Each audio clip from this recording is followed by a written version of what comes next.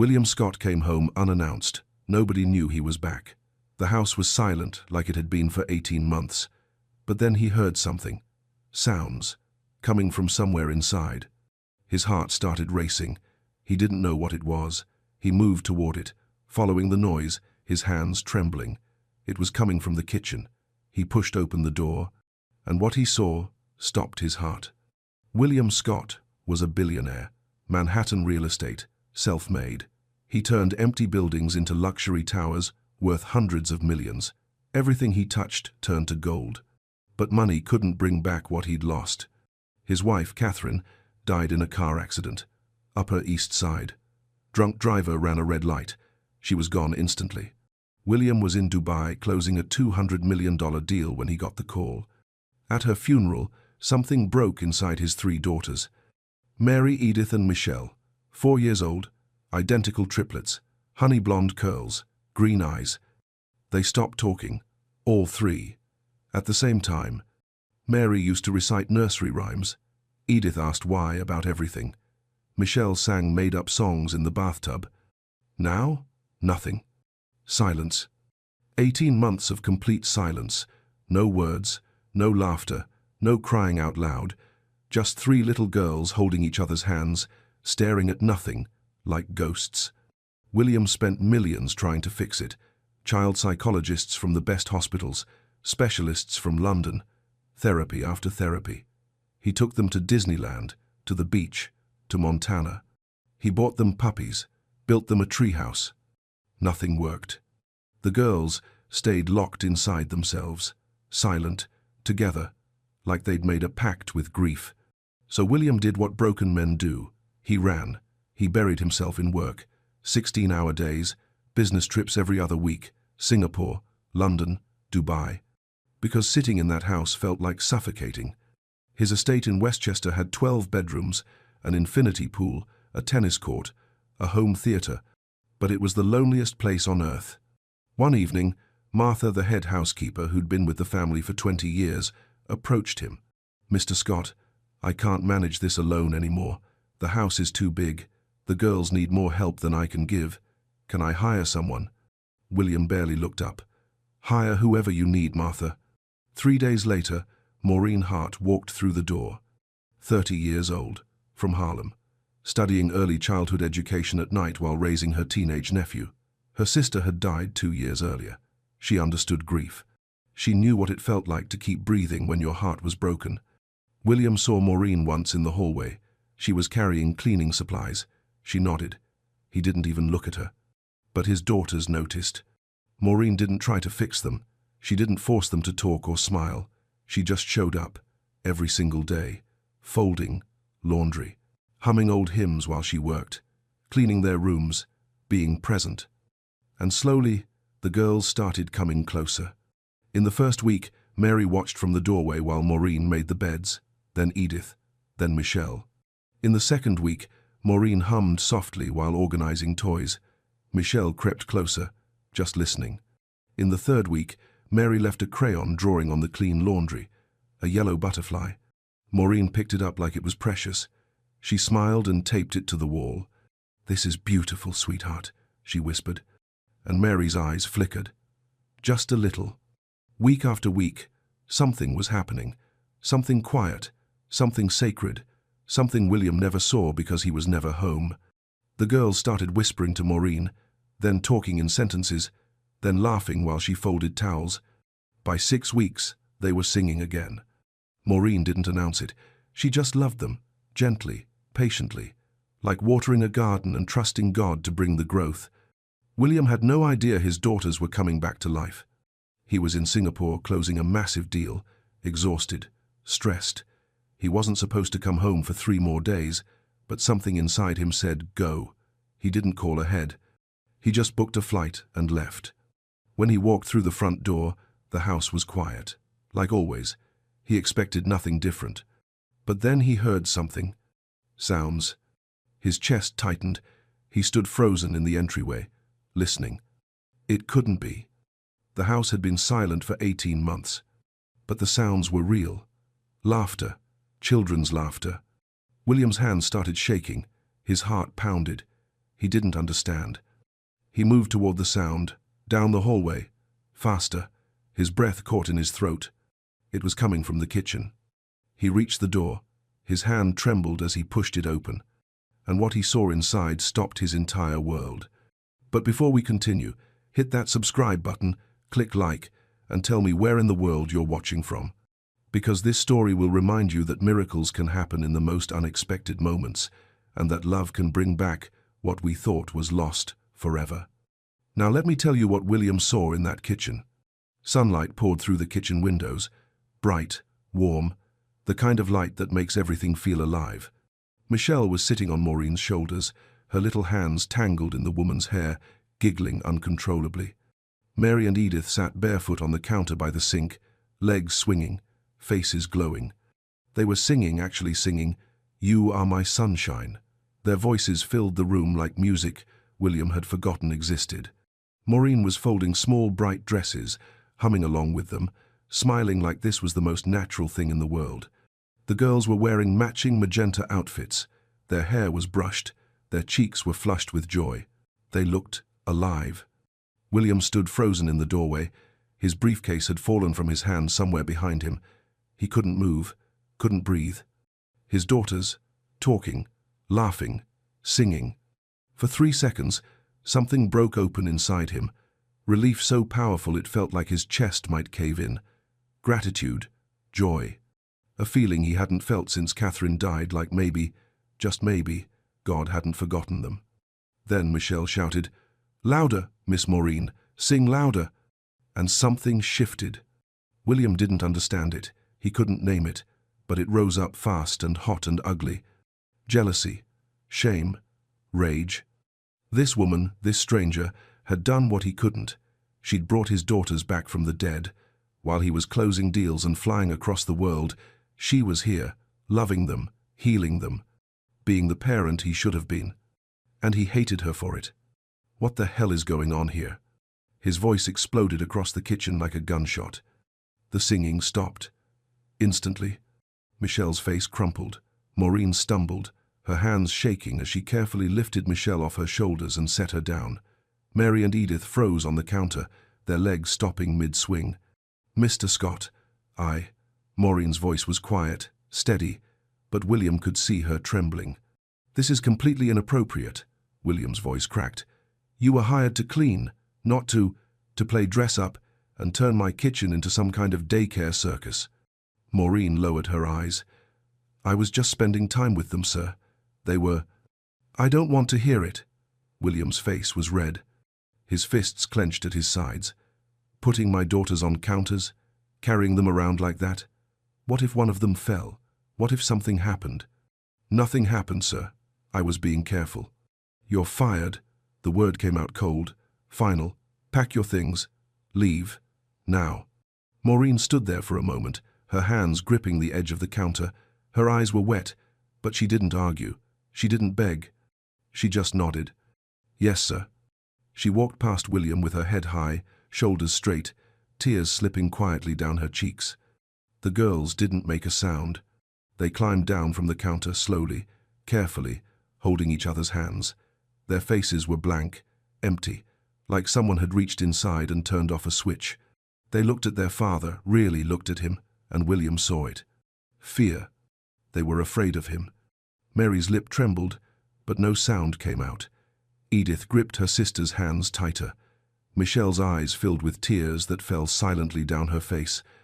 Then they turned and walked out of the kitchen together, hand in hand, their bare feet padding softly against the floor. The room fell silent. William stood there alone. The bright dresses Maureen had been folding were still on the counter.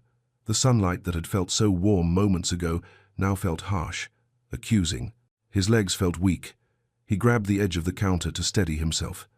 "What did I just do?" His voice was barely a whisper. The house was silent again, the way it had been for 18 months. Cold, dead, empty. William sank into a chair, his head falling into his hands. And for the first time since Catherine's funeral, he felt the full weight of what he'd become. Not a father, a destroyer. That night, William sat alone in his study. The room was dark except for the lamp on his desk, A glass of scotch sat untouched in his hand. He stared at the photo on the shelf. Catherine, laughing, holding the girls when they were babies. All three of them, wrapped in her arms. Her smile so bright it hurt to look at. "What have I done, Catherine?" His voice cracked. "Why did I do that?"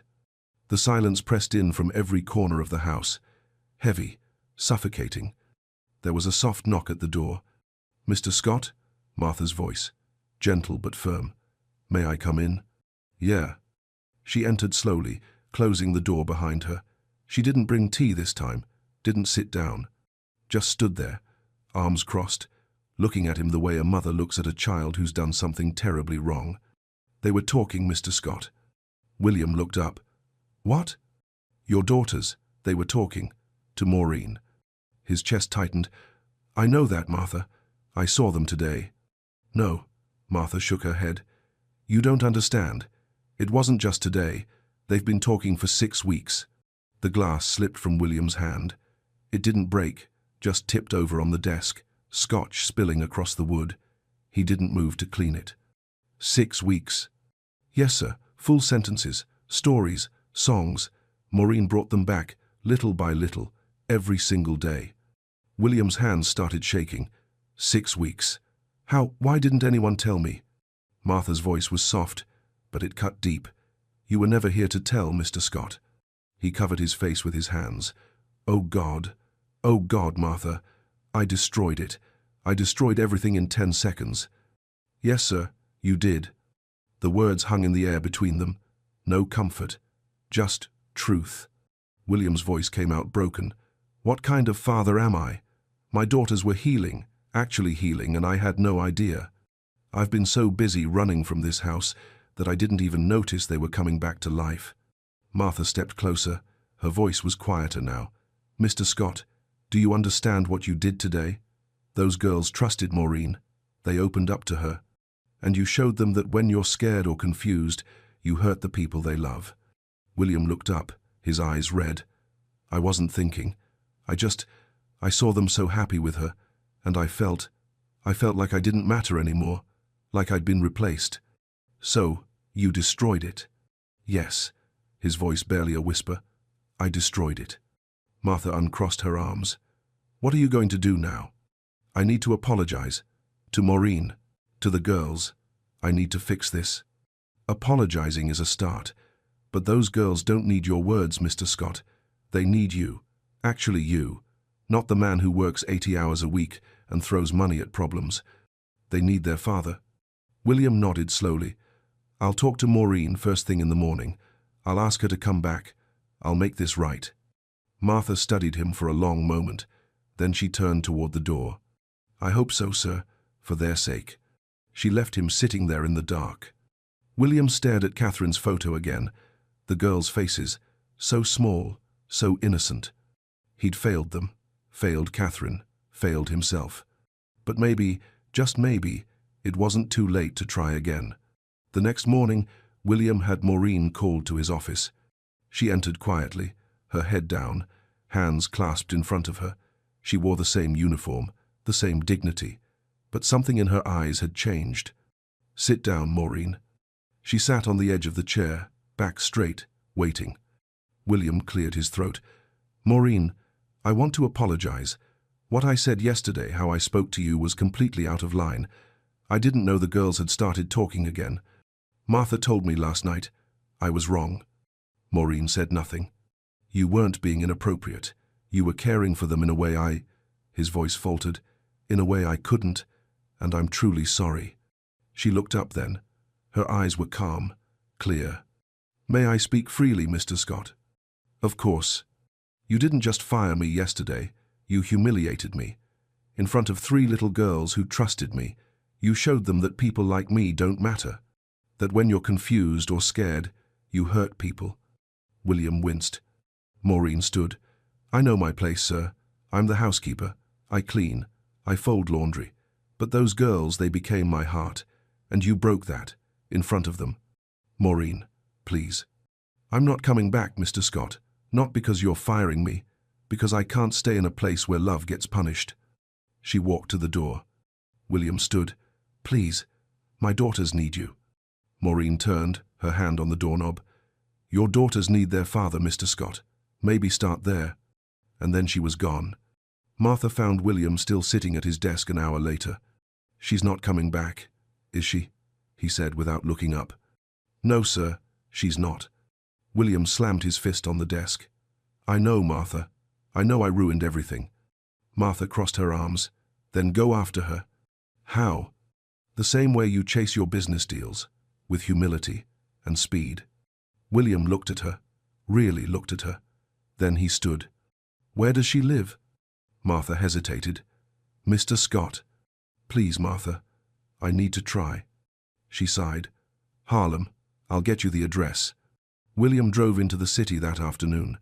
The address led him to a modest apartment building on a narrow street. Cracked sidewalk, faded paint, a world away from Westchester. He climbed the stairs to the third floor and knocked. A teenage boy opened the door, tall, guarded eyes. He looked William up and down the expensive suit, the polished shoes, and his jaw tightened. Yeah? I'm looking for Maureen Hart. Does she live here? The boy's expression hardened. Who's asking? My name is William Scott. I was her employer. I need to speak with her. You're the guy who fired her. William's throat tightened. Yes, I made a mistake. I need to apologize. The boy stepped forward, blocking the doorway. You made her cry, man. You embarrassed her in front of little kids, and now you show up here thinking you can just fix it? I know I hurt her. That's why I'm here. Please. 5 minutes. She doesn't want to see you. Please. The door closed. William stood there staring at the peeling paint, his hands clenched into fists, then released. He'd never been rejected like this, never had a door shut in his face. In his world, money opened everything. Here, it meant nothing. He tried again the next day. Martha had given him another address, Maureen's sister's place in the Bronx, another modest building, another neighborhood where his suit made him stand out like he didn't belong. He knocked. A woman in her 40s opened the door, a baby on her hip. She looked exhausted. Can I help you? I'm looking for Maureen Hart. I was told she might be staying here. The woman's face shifted. Recognition. Then something colder. You're the rich guy who yelled at her. William lowered his head. Yes, I need to talk to her, to apologize. She doesn't want to talk to you. Please, just let me explain. Maureen, the woman called over her shoulder. There's someone here for you. Footsteps. Then Maureen appeared in the doorway behind her sister. When she saw William, her face went still. What do you want, Mr. Scott? To talk, please. There's nothing to talk about. Maureen, I know what I did was wrong. I know I hurt you. But my daughters, they haven't spoken since you left. They're back in that silence. I destroyed the only good thing that's happened to them since their mother died. Maureen's jaw tightened. That's not my responsibility. I know it's not. But I'm not here as your boss. I'm here as a father who failed his children, and I'm begging for help. Maureen looked away, her eyes wet. William reached into his jacket and pulled out a small cardboard box. His hands trembled as he held it out. The girls made this. Martha found it hidden in their playroom. Maureen hesitated. Then she took it. She opened it slowly. Inside were 3 drawings, each one labeled in shaky handwriting, Miss Maureen, a yellow butterfly, a rainbow, a heart with stick figures holding hands. And beneath them, a folded piece of paper. Maureen unfolded it. The words were written in crayon, big and uneven. Please come back. We love you. Maureen's hand went to her mouth. Tears spilled down her cheeks. They drew these for you, William said quietly. Every night before bed, Martha found them under Mary's pillow. Maureen clutched the box to her chest, her shoulders shaking. William's voice broke. I'm not asking you to forgive me. I'm asking you to save them, because I can't. Maureen stood there holding the box, tears streaming down her face. She didn't wipe them away, just stood there, staring at the drawings like they were breaking her heart all over again. William waited. He didn't push, didn't speak. For the first time in years, he just waited. Finally, Maureen looked up. Her voice came out thick with emotion. Mr. Scott, William, what you did hurt. Not just me. Them. I know. You made them feel like loving me was wrong, like being happy was something to be ashamed of. William's throat tightened. I was angry at myself, not you. I saw them alive again and I realized, his voice broke, I realized a stranger had done what their own father couldn't. And instead of being grateful, I destroyed it. Moren wiped her eyes with the back of her hand. Do you understand what it took for those girls to trust me? To open up? They'd been silent for 18 months. And in one moment, you taught them that people leave, that love isn't safe. I'll spend the rest of my life making that right. I swear to you. She looked down at the drawings again. Mary's butterfly, Edith's rainbow, Michelle's stick figures, holding hands. Her sister stepped closer, the baby still on her hip. Moren, you don't owe him anything. I know. Moren's voice was barely a whisper, but I owe them. She looked back at William. If I come back, and I mean, if things change, completely. Anything, name it. You can't keep working 80-hour weeks. You can't keep flying across the world every other week while your daughters grow up without you. If I'm going to help them heal, you have to be part of it, really part of it. William nodded. I'll restructure everything, work from home, cut back on travel. I'm not talking about cutting back, Mr. Scott. Moren's eyes were steady now, firm. I'm talking about showing up, being there for breakfast, for bedtime, for the hard days when they cry and don't know why. You can't fix this from a distance. I understand. Do you? She stepped closer. Because I won't come back just to watch you break their hearts again. I won't be the one picking up the pieces while you're in Singapore closing deals.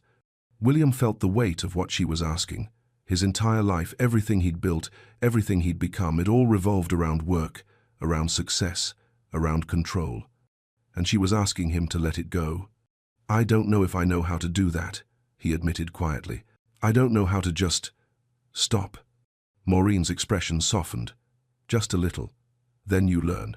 The same way those girls are learning to trust again, one day at a time.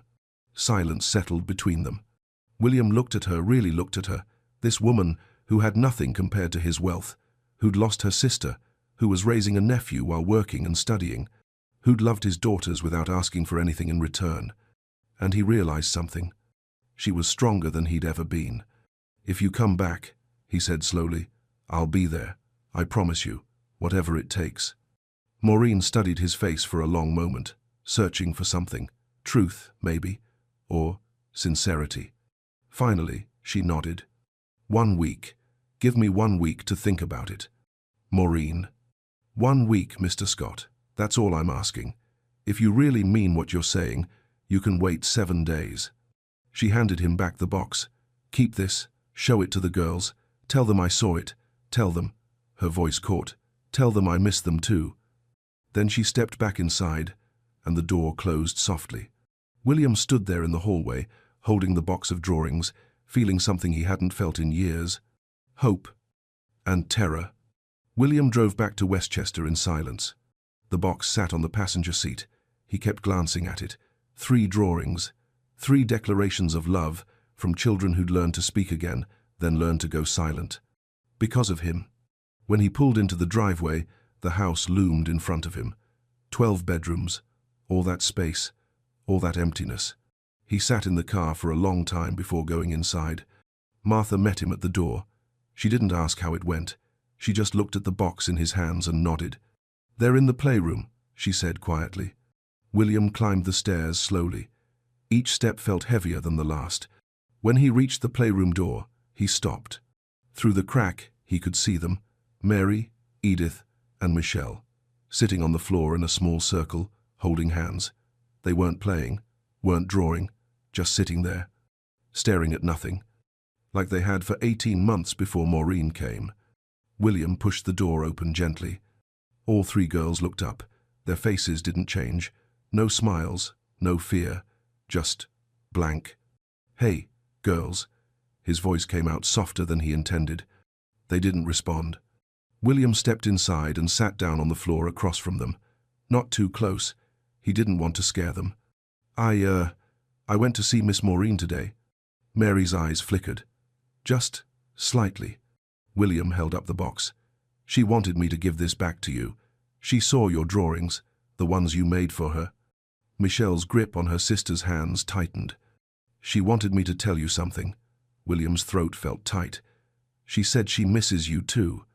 Edith's lip trembled, but she didn't make a sound. William set the box down between them. I know I messed up. I know I scared you. And I know, he paused, his voice breaking, I know I haven't been the father you needed, not since your mum died. Silence. The girls just stared at him with those big green eyes, Catherine's eyes. I was so scared after we lost her, William continued, his voice barely above a whisper. I didn't know how to be here without her. I didn't know how to help you, so I ran. I worked. I convinced myself that if I could just make enough money, buy enough things, hire enough people, maybe I could fix what was broken. Mary blinked. A single tear rolled down her cheek. But I can't fix this with money. I know that now. And I'm so sorry. Michelle's shoulders started shaking. She was crying silently, the way she'd cried for 18 months. William's own eyes burned.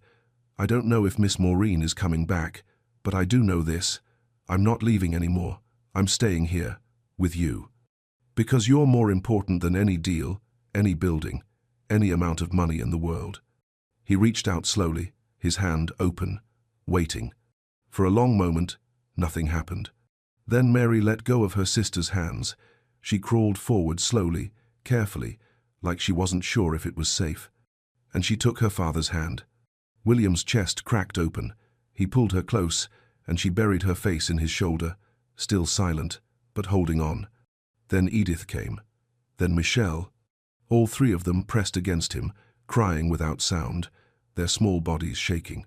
William wrapped his arms around them and held on, like he should have been doing all along. I'm here, he whispered. I'm here now. I promise. For the first time in 18 months, William Scott stayed.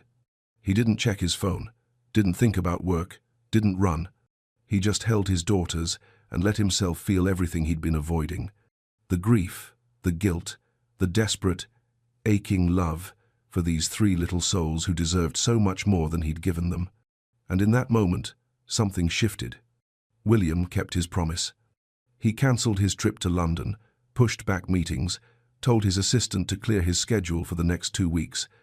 For the first time in 18 months, he was home. He made breakfast, sat with the girls while they ate. They picked at their food silently, but they didn't leave. That felt like progress. He read to them that night, sat on the floor of their bedroom with a picture book about butterflies, Catherine's favorite. The girls sat on their beds, watching him, not smiling, not speaking, but listening. When he finished, he kissed each of them goodnight. I love you, he whispered. I love you so much. They didn't say it back. But Mary squeezed his hand. Just once. 3 days passed like that. William stayed. He tried. He showed up for every meal, played with them in the backyard, sat with them during the quiet hours. But something was missing. The girls were there physically, but they weren't present. They moved through the house like shadows, silent, careful, like they were waiting for something, or someone. On the 4th day, William found Michelle sitting by the laundry room door.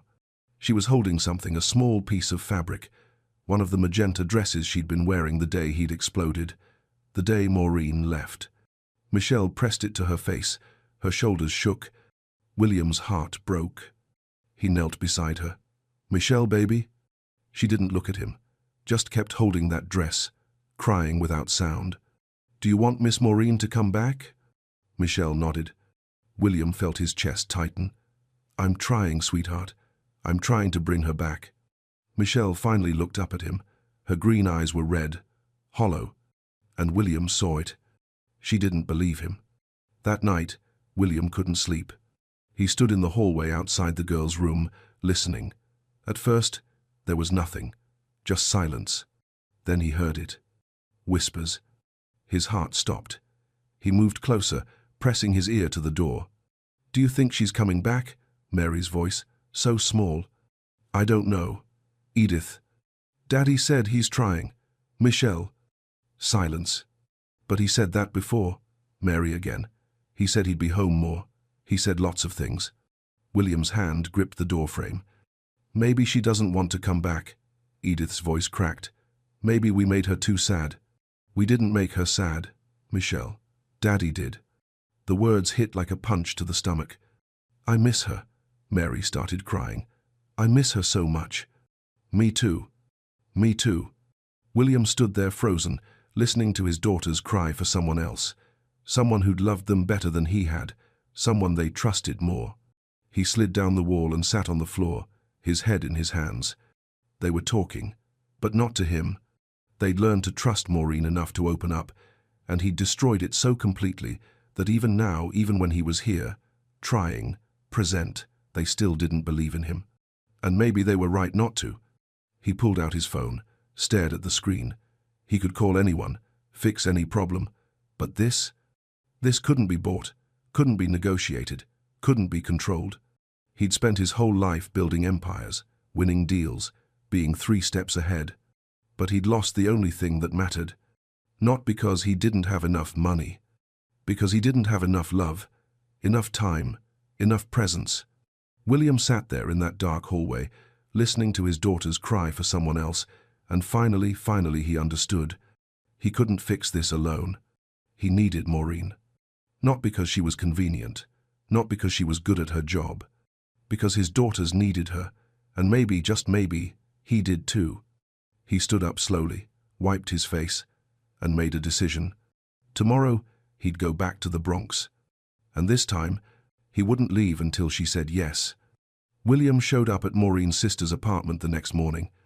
It wasn't 7 days. It had only been 4. But he couldn't wait anymore. He knocked, waited, his heart pounding. Maureen's sister opened the door. She looked surprised, then annoyed.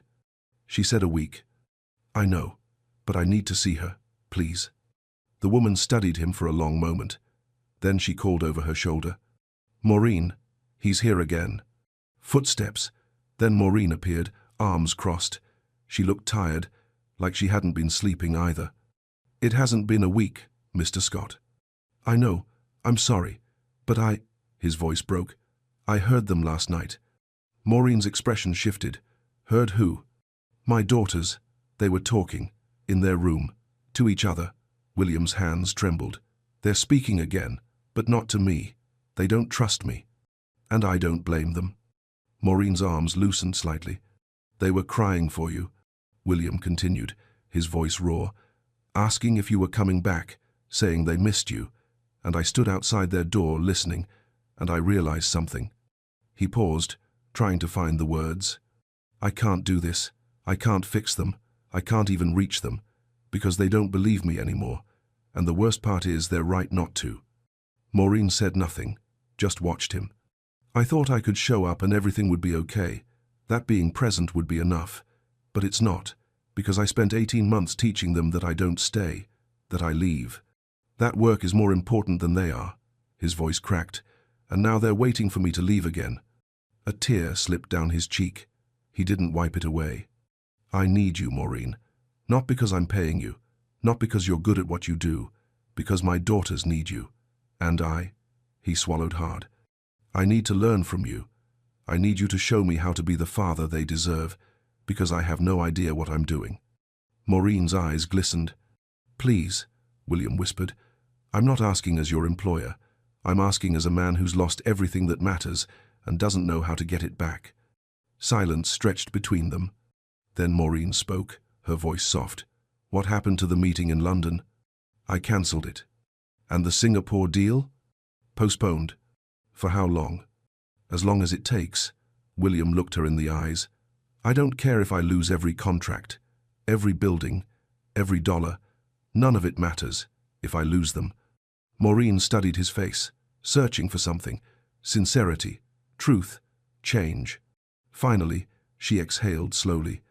If I come back, you have to understand something. This isn't about fixing them. It's about loving them, showing up every single day, even when it's hard, even when they push you away, even when you feel like you're failing. I know. And you can't do this halfway. You can't show up for a few weeks and then go back to your old life when things get comfortable. I won't, I swear. Maureen looked down at her hands, then back at him. I'll come back, But not today. William's heart sank. "Give me 2 more days," she said gently. "I need to finish some things here, and you need to tell the girls I'm coming. They need to hear it from you. They need to know you went after me. That you fought for this." William nodded, relief flooding through him. "Thank you. Thank you, Moren." She stepped closer. Her voice was firmer now. "Don't thank me yet, Mr. Scott. The hard part is just beginning." William drove home with something he hadn't felt in months. Not just hope, purpose. He found the girls in the playroom, still sitting together, still quiet. He knelt down in front of them. "I have something to tell you." 3 pairs of green eyes looked up. "I went to see Miss Moren today, and she's coming back."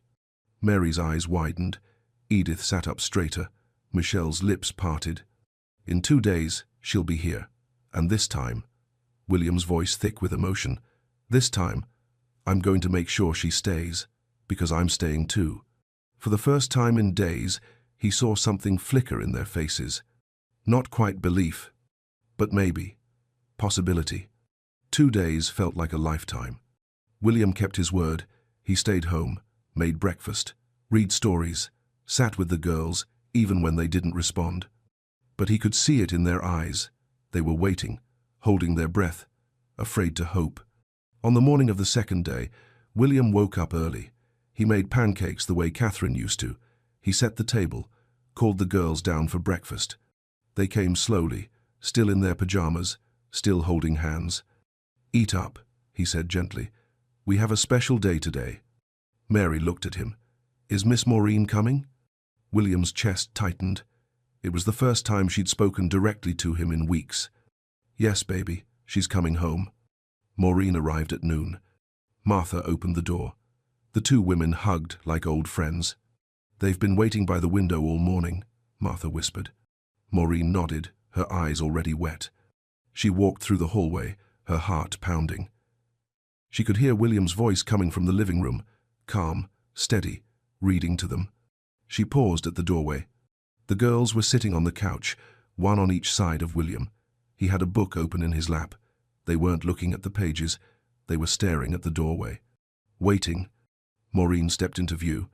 "Hey, sweet girls." Time stopped. Mary's eyes went wide. "Miss Moren?" "Miss Moren?" Edith's voice cracked with emotion. Michelle jumped off the couch. "You came back." All 3 of them ran. They crashed into Moren so hard she almost fell backward, but she caught them, wrapped her arms around all 3, and held on tight. They were crying, talking over each other, words tumbling out like a dam had broken. "We thought you were gone forever. We missed you so much. Daddy said you were coming, but we were scared you wouldn't." Moren sank to her knees, pulling them closer. "I'm here, babies. I'm here. I missed you every single day." "Are you staying?" Mary pulled back, her face wet with tears. "You're not leaving again?" Moren looked up. Her eyes met William's across the room.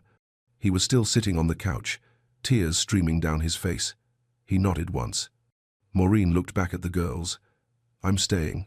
I promise." Michelle buried her face in Moren's shoulder. "We love you." "I love you too, sweetheart. So much." William watched from across the room. He didn't move, didn't interrupt, just watched his daughters come back to life in someone else's arms. And for the first time, he wasn't jealous. He was grateful. Because this was love, real love, the kind that didn't demand credit, didn't need recognition, just showed up and stayed. After a long moment, Moren looked over at him. "Mr. Scott." William stood, walked over slowly. Moren gently nudged the girls. "Your daddy fought very hard to bring me back. He went looking for me. He didn't give up." Mary looked up at William, really looked at him.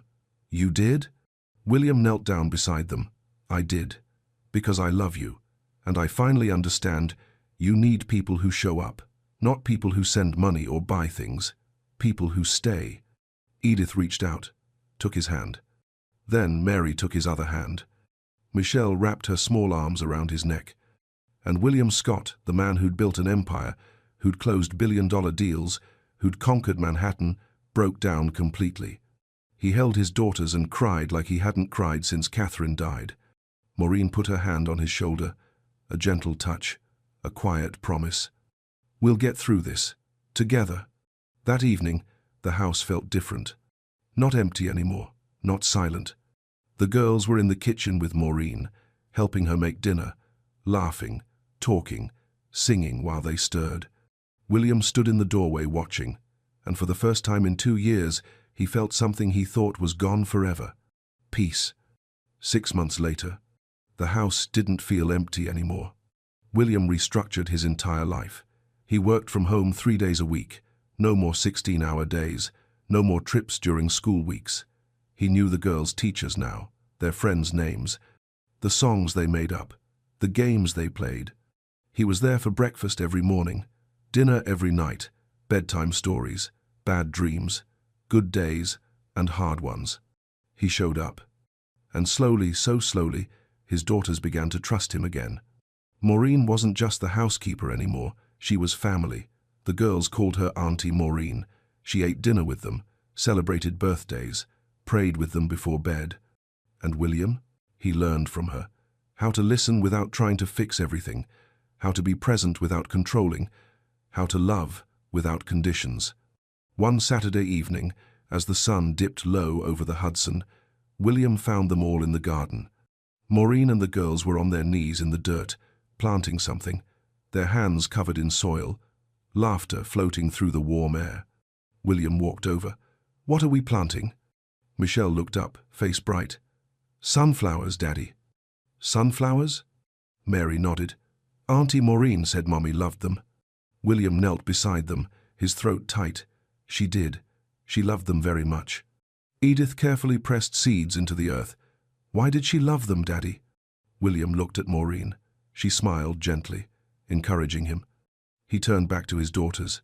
"Your mom used to say that sunflowers always turn toward the light.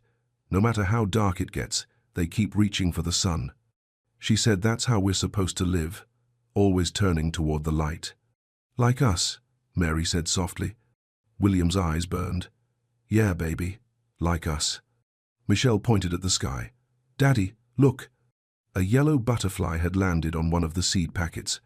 The girls went quiet, watching it, its wings opening and closing slowly in the fading light. "That's Mummy," Michelle whispered. "Isn't it?" Moren's voice was gentle. "Yes, sweet girl, that's her, watching over you, so proud of how strong you've become." The butterfly lifted into the air, circled once, then flew toward the sunset. Mary took William's hand. "Do you think she knows we're okay now?" William pulled her close, pulled all 3 of them close, his voice thick with emotion. "I think she knows. I think she's been watching this whole time, waiting for us to find our way back." Edith looked up at him. "Are you staying, Daddy? Really staying?" "I'm staying, baby. I promise. I'm not going anywhere. Ever. Ever." Michelle leaned her head against his chest. "I'm glad Miss Moren came back." "Me too, sweetheart. Me too." William looked at Moren over the girls' heads. She was wiping tears from her eyes. "Thank you," he mouthed. She shook her head gently. "No, thank God." And William understood. This wasn't about him, or Moren, or even the girls. It was about grace, the kind that shows up when you're broken, the kind that reaches into silence and pulls out songs, the kind that doesn't give up even when you've given up on yourself. The sun disappeared behind the horizon, the garden filled with golden light, and for the first time since Catherine died, William Scott felt whole. Not because everything was perfect, but because he was finally where he was supposed to be. Present, grateful, home. Mary looked up at the darkening sky. "The sunflowers will grow, right, Daddy?" William kissed the top of her head. "Yes, baby, they'll grow, and when they do, they'll turn toward the light. Just like your mom said." "Just like us," Edith repeated. "Just like us," William whispered.